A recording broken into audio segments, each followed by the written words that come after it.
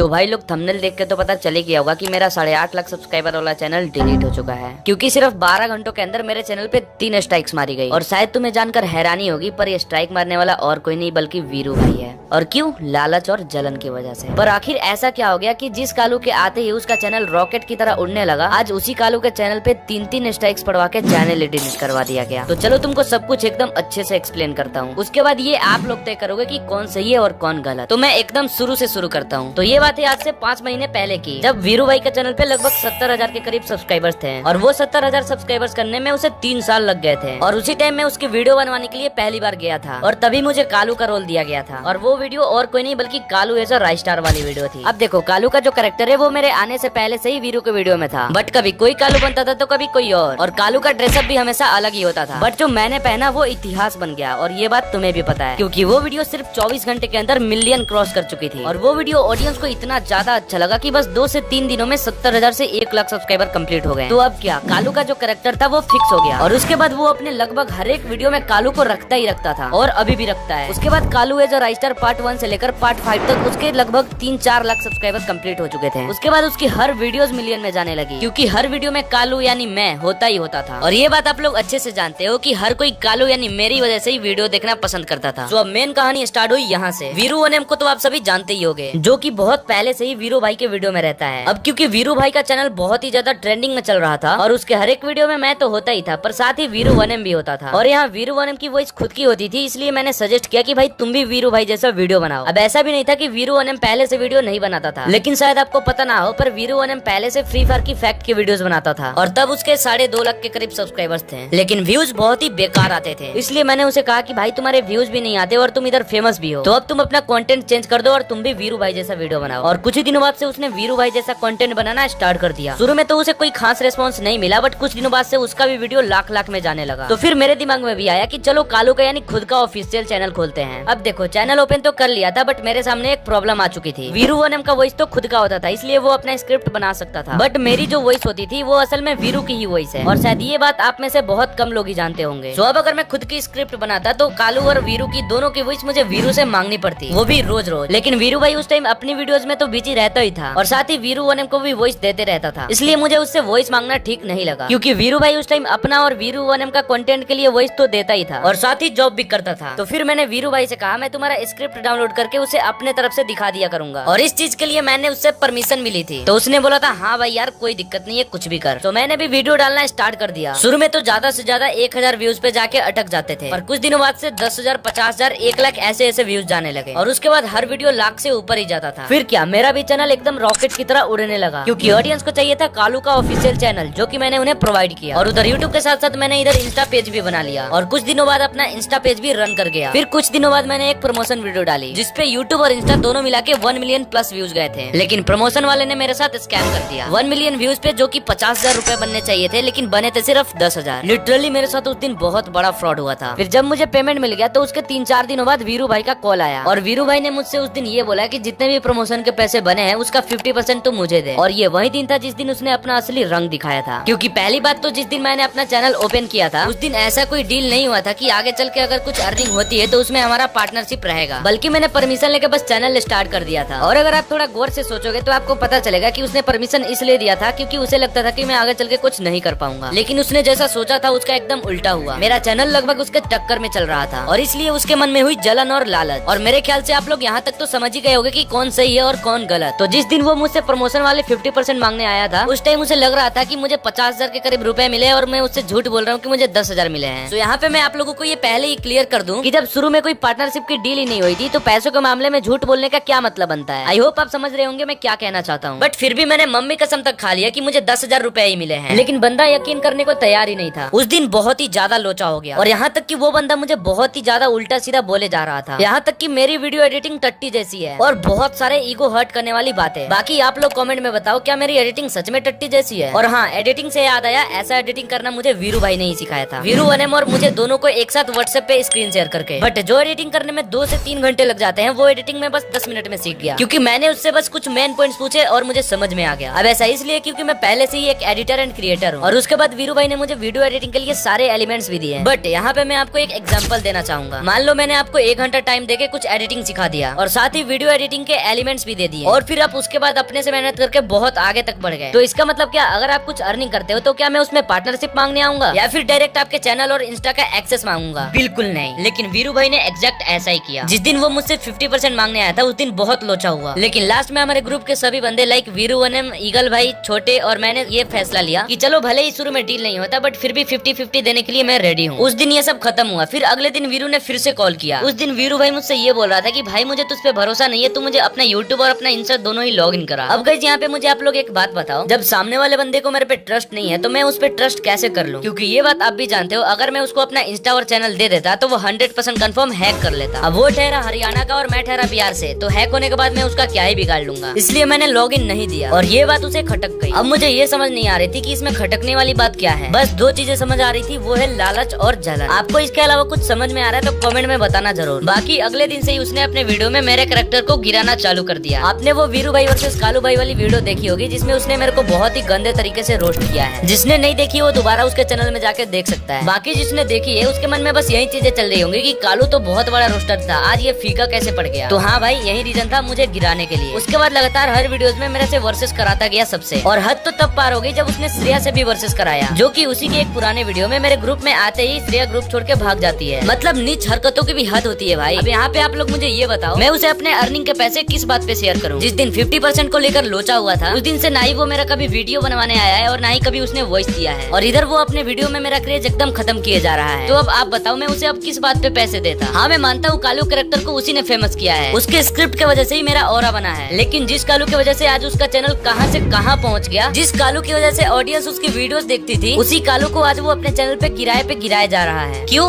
भाई? लालच और जलन की वजह से। अब इसी बीच मेरा चैनल मोनेटाइजेशन का क्राइटेरिया कंप्लीट हो चुका था और तब तक मेरा चैनल वेरीफाइड भी हो चुका था और मेरा सिल्वर प्ले बटन भी आ चुका है। हाँ तुम्हें ये बात पता नहीं होगी कि मेरा प्ले बटन भी आ चुका है, बट आगे मैं तुम्हें इसी वीडियो में प्ले बटन भी दिखाऊंगा। हाँ तो इसी वजह से मुझे लगा कि मोनेटाइज भी हो जाएगा, इसलिए मैंने अप्लाई कर दिया, बट अगले दिन वो रिजेक्ट हो गया रीयूज कंटेंट की वजह से। तो अब मैं समझ चुका था अगर मुझे चैनल मोनेटाइज करना है तो मुझे अपना स्क्रिप्ट और अपना वॉइस रिवील करना पड़ेगा, और जैसे कि मैंने कुछ ही दिनों पहले अपना वॉइस रिवील भी कर दिया। बट आपने देखा होगा उस वीडियो में वीरू की मैंने वॉइस ली है, तो आपको मैं बता दूं कि वो वॉइस लेने के लिए मैंने वीरू को नहीं बताया था कि ये वॉइस रिवील करने के लिए मैं वॉइस मांग रहा हूँ, क्योंकि अगर मैं बता देता तो वो अपना वॉइस नहीं देता। और अब आप ये पूछोगे कि उसका वॉइस लिया ही क्यों? क्योंकि मैं वॉइस रिवील करना चाहता था एकदम यूनिक तरीके से। और हाँ, उस वॉइस में जो वीरू का मैंने वॉइस लिया है ना, वो 10 दिन लगातार बोलने के बाद तब मुझे वॉइस मिला है। अब आप इसी से समझ जाओ कि मैं पहले स्क्रिप्ट के लिए वॉइस मांगता तो मेरा चैनल शायद आज इतना ग्रो नहीं होता, बट मैंने जैसे ही वॉइस रिवील किया उसकी जल के राख हो गई। सुना था दूसरों से ज्यादा अपने ही लोग सबसे ज्यादा जलते हैं, बट पहले यकीन नहीं होता था, बट आज अपने आंखों से देख लिया। तो जिस दिन मैंने वॉइस रिवील वाली वीडियो डाली उसके अगले दिन 28 अप्रैल को मैं जैसे ही उठता हूँ और जैसे ही मैं फोन में देखता हूँ तो मैं पूरी तरह से टूट गया था। मेरे नजर के सामने मेरे 8.5 लाख ऑडियंस बिखरते हुए दिख रहे थे, क्योंकि मेल में एक नहीं बल्कि दो कॉपीराइट का नोटिफिकेशन आया हुआ था, और दोनों ही कॉपीराइट स्ट्राइक वीरू भाई ने दिया था, एक रात को 12 बजे और एक सुबह 3 बजे। फिर मैंने उन्हें कुछ देर बाद कॉल किया और जो बातें हुई वो आप खुद ही सुन लो।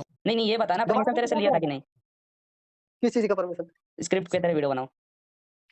हाँ तो लिया था, मैंने लिया पता था। थी इसलिए मैंने तुमसे बताया नहीं, क्योंकि तुम वॉइस देते ही नहीं भाई, और बता देता तो। चल ठीक है, फिर तुमने नहीं बताया, मैंने स्ट्राइक मार दिया बस। तो चार एक टाइम था भाई, चारे की तरह चलते थे भाई साहब, कदम से कदम चलते थे। आज तूने पता क्या कर दी? वो पूरी सिमेट्री चीजें बिखेर दी बिल्कुल। भाई आजकल कुछ सिमेट्रिकल नहीं बचा भाई, मुझे पता है यार, कुछ नहीं बचा। तू खुद नहीं बचाना चाह रहा था शुरू से ही, अरे पहली मुझे बात सब तो पता है ये यार। जितने बचाना चाहा ना भाई, तूने जितना कुछ बोला मैं सह कर रहा था भाई यार देख वीरू भाई, अभी भी यार कुछ नहीं हुआ यार, अभी भी यार कुछ नहीं, लेकिन तू यार एकदम से सबको यार इग्नोर मार रहा है, मतलब एकदम से, पता है? तो भाई लोग ये सारे बातें हुई और बहुत बार बोलने के बाद भी उन्होंने स्ट्राइक नहीं हटाया, और फिर दोपहर 2 बजे को तीसरी स्ट्राइक आई और चैनल डिलीट हो गया। और फिर चैनल डिलीट होने के बाद मैंने फिर से कॉल किया और पूछा आखिर तू चाहता क्या था, तो तुम लोग खुद ही सुन लो। चैनल परमानेंट उड़ चुका है भाई मेरे को तो भाई 70% चाहिए था। देख मैं तो भाई इसके बाद कहना चाहता हूँ कि भाई मेरे को चाहिए पूरा एक्सेस, हाँ। जो मैं बोलूंगा वो होना चाहिए। हाँ। जो तो करता नहीं। और प्लस मेरे को चाहिए था, अब भाई देख यार, मैं तो एडिटिंग का 50% तो दे नहीं सकता था, मैं लेने वाला था भाई 70% प्रॉफिट का। हाँ तो बस 30% तेरे को देता, 70% खुद रखता। हाँ। उस चैनल पे तू कुछ करता है नहीं, तो फिर तेरे को परसेंटेज क्यों चाहिए? मेरे को ये समझ नहीं आता। बता यार इस चीज का भाई, चैनल पे भाई मेन चीज क्या करते हैं? वीडियो, कंटेंट और भाई क्वालिटी। तो ऐसा थोड़ी है कि भाई तू स्पेशल मेरे लिए ये स्क्रिप्ट बनाता है, तू तो अपने लिए बनाता था ना स्क्रिप्ट। तो फिर भाई मेरी स्क्रिप्ट का फायदा तू भी तो उठा रहा है ना, उसका क्या? वो तो तेरे से परमिशन लेके उठाई थी मैंने।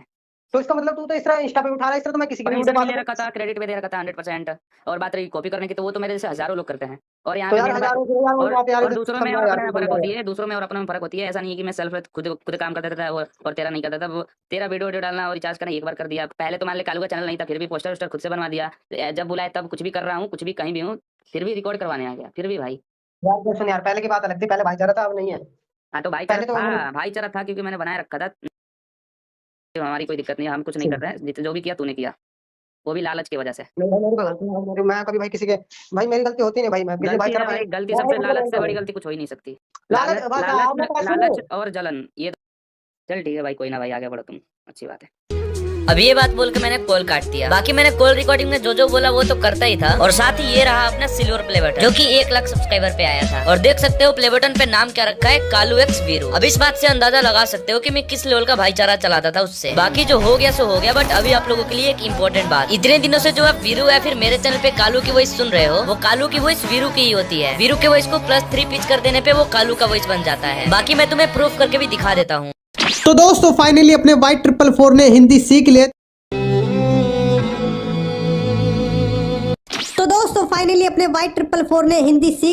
अब ये बात मैंने आपको इसलिए बताई, अगर वीरू अपने वीडियो में मेरे कैरेक्टर से कुछ भी बुलवाता है तो बस ये याद रखना कि वो असल में वीरू की ही वॉइस होती है, बस उसे वो +3 कर देता है। तो बस मैं ये कहना चाहता हूँ कि वीरू के कालू और मेरे से अब कोई